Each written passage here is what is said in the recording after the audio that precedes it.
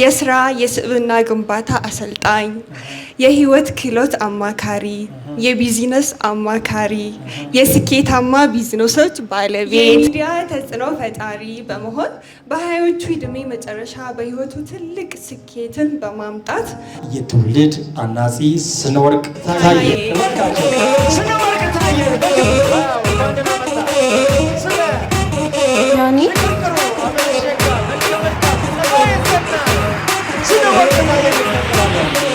ማለት ማን ሊጠራ ነው ብዬ እያሰብኩኝ ነበር። እውነቱን ነው የምነግራችሁ።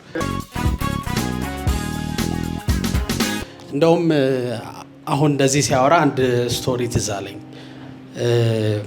ኤርትራ ውስጥ ነውና ጣሊያን በተቆጣጠረበት ወቅት ነውና ጀነራሉ በጣም ተናዷል በኢትዮጵያውያን አርበኞች ጀግንነት እና ውሻውን አሉላ አለው። በወቅቱ አሉላ አባ ነጋ በጣም አላስቀምጥ ያላቸው ወቅት ነውና የውሻውን ስም አሉላ አለው እና ሰራተኛው የዚህ ጣሊያናዊ ጀነራል ሰራተኛ ኢትዮጵያዊ ነች እና በጣም ያንገበግባታል። ውሻውን አሉላ ብሎ አሉላ ና ይላል። እሷ ብስጭት ትላለች፣ ግን ያው ምንም ልታደርግ አትችልም እና የሆነ ጊዜ ጀነራሉ ለግዳጅ በሄደበት ለውሻው መርዝ ታበላውና ይሞታል። ከዛ ጀነራሉ ወደ ቤት ገብቶ አሉላን አላየሁትም፣ አሉላ የታለ? አሉላን ጥሩልኝ አለ። የለም ቢፈለግ። ከዛ አሉላ ሞቷል አለችው ሰራተኛዋ ወጣ። ምን ሆኖ ሞተ ስትለው ሲላት ስሙ ከብዶት ሞተ አለችው እና ቤኪ ሲያስተዋውቅ እኔ ይሄ ልጅ ማንን ነው እኔ በጣም እየከበደኝ ነው እያልኩ ነው የቆየሁት እና እውነት ለመናገር እናገራለሁ ብዬ አይደለም የመጣሁት። ምክንያቱም ምን ብዬ እናገራለሁ? ላይክ እናንተ እዚህ ጋር ወጣችሁ ያወራችኋቸው ነገሮች ራሱ ለእኔ አንድ ለሰን ናቸው። በጣም ብዙ ነገር ነው የተማርኩት። እኔ እንጃ ምን ብዬ መናገር እንዳለብኝ አላቅም። በተለይ ስለ እምነት ያወራችሁት ነገር እምነት ሰውን ኮምፕሊትሊ ይቀይረዋል። ምን ማለት መሰላችሁ? ምንም ነገር እውነት ከመሆኑ በፊት ባይምሮ ታስቦ ነበር። ሜቢ እናንተ ትዝ ላይላችሁ ይችላል። አሁን ያላችሁበትን ሁኔታ የሆነ ጊዜ ስላችሁታል፣ አምናችሁታል። ግን እስኪሆን ስላልታገሳችሁ ሊሆን ይችላል ቶሎ ያልሆነው ጊዜ ስለሚጠይቅ ማለት ነው። እና አንድ በጣም ትዝ የሚለኝን ሀሳብ ላውራችሁ አሳጥሬ ማለት ነው። ምክንያቱም መጨመር የምፈልገው ሀሳብ የለም። ምክንያቱም እዚህ ጋር የተሰበሰባችሁ ሰዎች በሙሉ ከሁሉም ኤጅ ግሩፕ ነው የመጣችሁት። በጣም ልጅ አይቻለሁ፣ ወጣት አይቻለሁ፣ ትልቅ ሰው አይቻለሁ። እያንዳንዱ ሰው እዚህ ጋር ወጥቶ የተናገረው ነገር ጠብ አይልም። ላይክ ማስታወሻ ይዤ ብመጣ በጣም ደስ ይለኝ ነበር። ያው ቪዲዮ ስለሚተላለፍ በእርግጠኝነት ደግሜ ማስታወሻ ይዛለሁ። በተለይ ስለ ትዳራችሁ ያወራችሁት በጸሎት ከዚህ በፊት የነበረው ወንድሜ ደግሞ የሚገርም ንግግር ነው ያወራው። ላይክ እና በጣም ደስ የሚል ስብስብ ነው ያለው። እምነት ግን ምንም ነገር ሊተካው አይችልም። እምነትን ካወራችሁት እናንተ ከተናገራችሁት ውስጥ ልጨምር ብዬ ነው የራሴን ሀሳብ ከምሰጥ። ሁለት መርከበኞች ናቸውና እንደ አጋጣሚ እየተጓዙ ወደ አንድ ደሴት ቀረብ ሲሉ ሁለት ሴቶች ያያሉ። እነዚህ ሁለት መርከበኞች ወንዶች ናቸው። አንደኛው ለጓደኛው ምን አለው? በቃ አሁን ከዚህ በኋላ ከሀገር በመርከብ መንከራተት ቀረ። በቃ እቺን ሴት አግብቼ እኖራለሁ፣ ህይወቴ ሰመረ አለ ማለት ነው። ከዛ አንደኛው እውነት ነው፣ እኔ ሳያት ላንተ እንደምትሆን ገምቻለሁ። በጣም ቆንጆ ናት፣ ትልቅ ናት፣ በደንብ ትመጥንሃለች አለው። ኖ እኔ እሷን አይደለም ታናሿን ነው ማገባው አለ። እንዴ ታናሿ እኮ አታምርም፣ ታላቅየዋ በጣም ቆንጆ ነች፣ ታናሿ በጣም ተቃራኒ ነች፣ አታምርም፣ መልከኛ አይደለችም እና እሷን ለምን ታገባታለህ አለው። ኖ አይ በፍጹም እኔ ታናሿን ነው ማግባት የምፈልገው አለ። ከዛ ወረዱ። ሄዱና በዛ በሀገሪቱ ስርዓት ለሁለቱ ሴቶች አባት ሄዶ ጋሼ እኔ ልጆትን እንዲድሩልኝ እፈልጋለሁ እና ልጆትን እንዲድሩልኝ ደግሞ ጥሎሽ አምጥቻለሁ፣ በሀገሩ ባህል መሰረት 11 ላሞች ይዤ መጥቻለሁ አለ። አባት በጣም ደስ አላቸው። ዋው ለልጄ የሚመጥን በረከት ነው ይዘህ የመጣኸው፣ ስለዚህ ቆንጆዋን የመጀመሪያ ልጄን እድርልሃለሁ አሉት ማለት ነው። ኖ ጋሼ እኔ እሷን አይደለም የምፈልገው ታናሿን ነው አለ። እንዴ ይኸውልህ ታላቅየዋ እኮ መልከኛ ነች፣ አስተዋይ ነች፣ ሰው ሁሉ የሚመኛት ነች። አንተ ታናሿን ምን ብለህ ነው የምትወስዳት? ከመልክ የላትም፣ ጸባይ የላትም። ምን ብለህ ነው የምታገባት? አይ በቃ እኔ እሷን ነው የምፈልገው ብሎ ድርቅ አለ። ከዛ እኛ አባት ግራ ቢገባቸው ምን አሉት? በቃ ችግር የለም አንተ እንደሱ ካልክ፣ እኔ ግን ሐቀኛ ሰው ስለሆንኩኝ ታናሿን የምታገባት ከሆነ በቃ ለሷ 3 ላም ይበቃል፣ 11 ላም ይቀራሉት ማለት ነው። አይ አይሆንም፣ እኔ እሷንም የማገባት 11 ላም ሰጥቼ ነው አለና አገባት። ከዛ ተጋብተው መኖር ጀመሩ። ከ10 ምናምን ዓመት በኋላ ይሄ ጓደኛው ያው መርከበኛ ነው፣ ይሄኛው ግን ሴትል አድርጎ አግብቷት መኖር ጀመረ። ከ10 ምናምን ዓመት በኋላ ሊጎበኘው መጣ።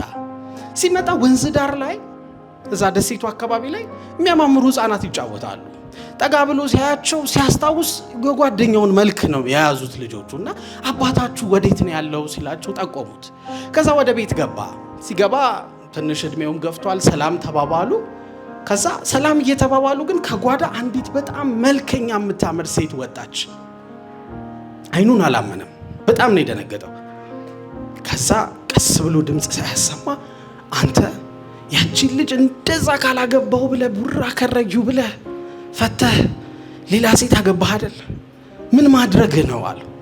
አይ ራሷ እኮ ነች አለው። እንዴት ተቀየረች እንደዚህ? አይ ራሷ እኮ ነች እኮ። እንዴት ተቀየረች? ራሷን ጠይቃት። ከዛ ሼም እየያዘው እየተርበተበተ ጠጋ ብሎ ሰላም አላትና ይቅርታ አድርጊልኝ፣ ከዓመታት በፊት ለጓደኛዬ ስድርሽ መልከኛ አልነበርሽም፣ እንደዚህ አልነበርሽም። አሁን ምንድን ነው የለወጠሽ አላት። ምን አለችው መሰላችሁ? እንደዚህ የለወጠኝ ለኔም 11 ላም እንደሚገባኝ ሳስብ ነው አለች። አስባችሁታል? ላይክ ውስጣችን ያለው ኤቭሪቲንግ አንተ ውስጥ ካመነ ምንም ነገር መቀየር ትችላለህ። ግን ጊዜ ይጠይቃል። ብዙ ጊዜ ሞቲቬሽን ወይም አነቃቂ ቪዲዮ ስታዩ ኢነርጂ ትሞላላችሁ።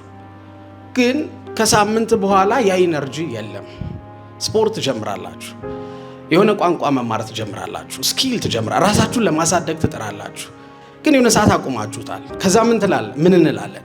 ሞቲቬሽን እኮ ድሮም ኢነርጂ ነው የሚሸጡልን። ምን አንድ ሰሞን አነቃቅተው አይደለም። አይምሯችን ሁልጊዜ ሊነገረው ይገባል። እምነት በአንድ ጊዜ አይመጣም። ምን ማለት መሰላችሁ? አሁን ዛሬ ምሳ በልታችሁ ማታ ላይ ሆዳችሁ ምግብ ቢጠይቃችሁ አይ በቃ አንድ ይሰጥቻለሁ ትላላችሁ? አትሉትም። ለአይምሯችሁም እየደጋገማችሁ ልትነግሩት ይገባል። ውስጣችሁ ያለው ነገር ሊቀየር የሚችለው እምነት ሊጸና የሚችለው በጣም ሲደጋገም ነው። ድንጋይ በነገራችን ላይ በጎርፍ አይደለም የሚሰበረው አይደል? ድንጋይን የሚሰነጥቀው ጎርፍ አይደለም። ጎርፍ የድንጋዩን አቅጣጫ ነው የሚቀይረው። አያችሁ፣ ለምሳሌ ሞቲቬሽን የሚገርም ውሳኔ እንድትወስኑ ያደርጋችኋል። ህይወታችሁን ግን አይቀይረውም። ላይክ የሆነ ሰው ንግግር ሰምታችሁ የሆነ መጽሐፍ አንብባችሁ እስከ መጨረሻው ህይወታችሁ አይቀየር፣ ግን የህይወታችሁ አቅጣጫ ይቀየራል። ድንጋዩን አቅጣጫውን የሚቀይረው ጎርፍ ነው አልኳችሁ። የሚሰብረው ግን ምንድነው? ጠብታ ነው። ስለዚህ ምንድነው ማለት ነው ህይወታችን የሚቀይረው? የማይቆም ጥረት። እምነት የሚፈጥረው እየደጋገምን ለራሳችን የምንነግረው ነገር፣ ፖዚቲቭ ነገር፣ ምስጋናው፣ አሁን ቅድም ስትጠቅሱት የነበራችሁት ነገር፣ ምስጋናው፣ ሌላው በሙሉ የሚቀይረን ከተደጋገመ ነው። ለምሳሌ ፍርሃታችሁን አቃጠላችሁት አይደል? የሆነ ጊዜ ሊመለስ ይችላል። እንደሱስ እኮ ነው። ለምሳሌ ብዙ ሰዎች እኔ ከዚህ በኋላ አላጨስም ብለው አቁመው የሆነ ሰዓት ላይ ግን መልሰው ይጀምራሉ። በህይወት ውስጥ እያንዳንዱ ነገር መልሶ ሪከር ሀፕን ያደርጋል፣ አይቀርም። ግን መልሳችሁ እናንተ ለራሳችሁ ማስታወስ አለባችሁ። ለምን? የህይወታችንን አቅጣጫ ውሳኔ ሊቀይረው ይችላል፣ አንድ አክሽን ሊቀይረው ይችላል። እስከ መጨረሻው ግን የሚቀይረው ድግግሞሽና የማይቆም ጥረት ነው። በጣም አመሰግናለሁ።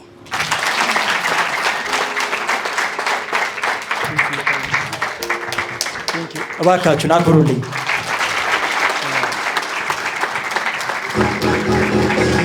ከልጅነቴ ጀምሮ እንደሚንከባከበኝ አሁንም ልክ እንደሱ አይነት ፍቅር ነው የሚሰጠኝ። በህይወቷ ከፍታውን ዝቅታውን አይታለችና ስለዚህ ከሷ መማር አለብኝ ብዬ ነበር ወደ ዳጊስ ላይፍ ክላስ የመጣሁት። ብዙ ነገሮችን ተምሬያለሁ፣ ብዙ ነገሮችን ቀይሬያለሁ። ዳግማዊት ክፍሌን በክብር ወደ መድረክ ትጋብዙልኛላችሁ። እባካችሁን ዳግማዊት ክፍሌን በክብር ትቀበሉኛላችሁ። ሰው መሆን ስራችን፣ ፍቅር ሃይማኖታችን። ዋው! እናመሰግናለን። ኤልሲን በጣም እናመሰግናለን። ኤልሳ አሰፋ ቆመን በብዙ ነገር በመኖር የምትመሰክር ታላቅ እህታችን ናት። ዋው! ዳጊ በጣም ማከብራት ማደንቃት እህቴ ናት።